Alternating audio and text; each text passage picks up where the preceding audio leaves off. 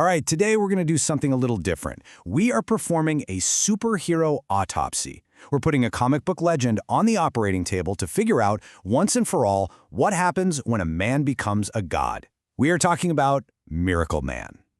So, back in 1982, the legendary writer Alan Moore decided to dig up this forgotten hero from the 1950s.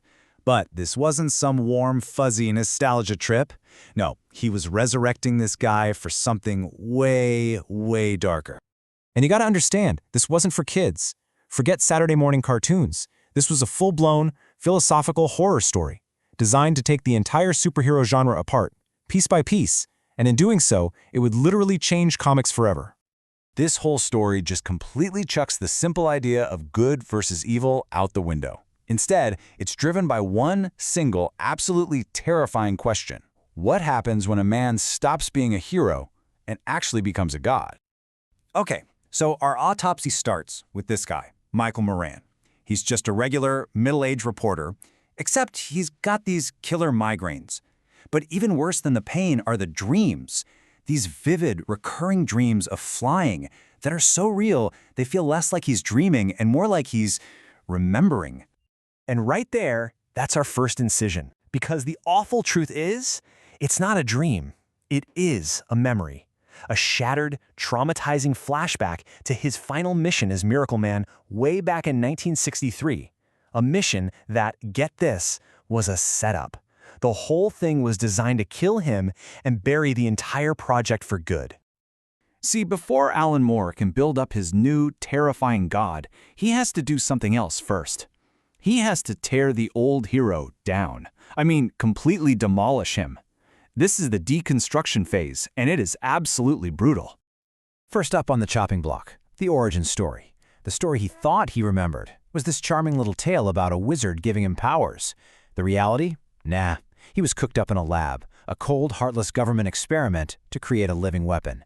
Zero magic, all science.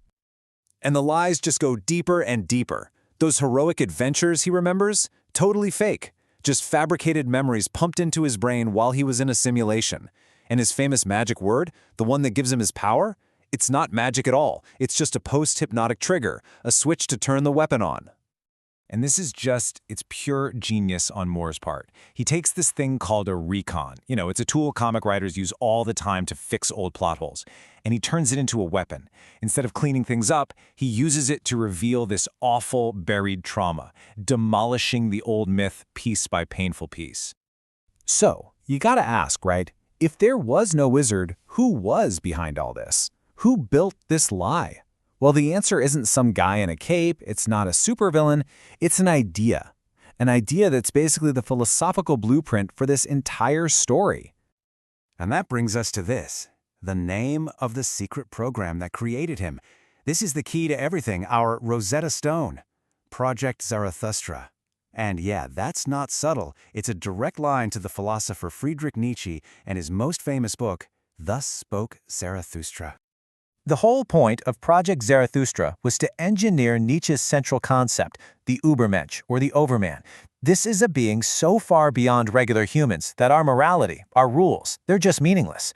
To Nietzsche, humanity isn't the final destination. We're just a bridge to whatever comes next. So these scientists, they weren't just building a super soldier. They were trying to engineer a god. Now what's crazy is that Miracleman's entire journey follows this Nietzschean playbook for becoming a god, like step by step. First, he has to abandon his flawed creators.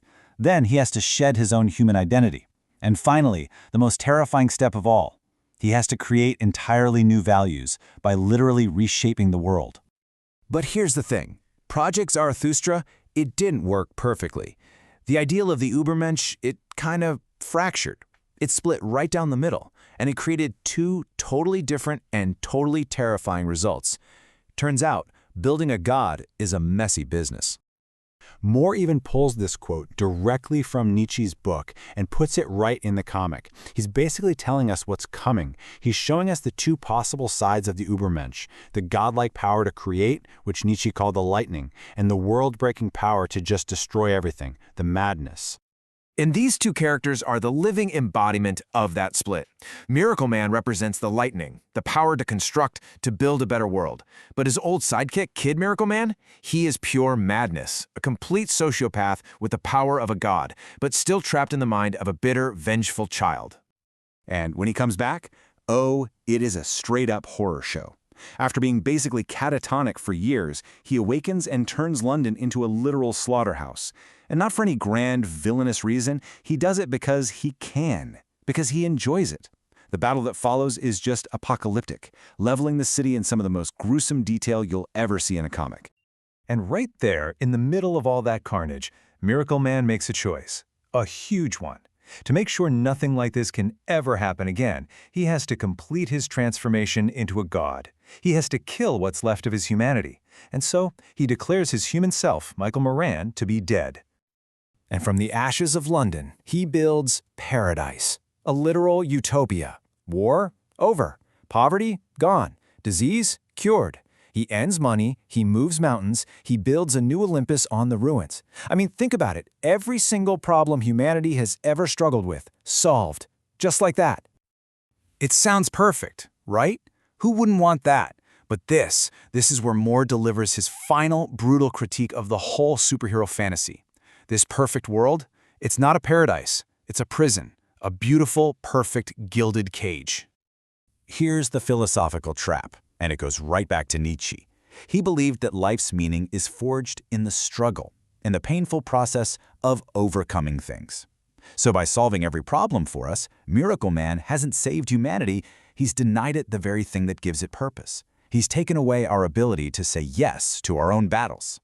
And that, right there, is the gut-punch tragedy of the whole story. The superhero dream we've all had, it finally came true. A god came down and saved us all. But the price was our freedom and, well, maybe our very reason for being. The most haunting irony of it all is that this god's ultimate triumph, well, it's pretty hard to tell apart from humanity's ultimate defeat.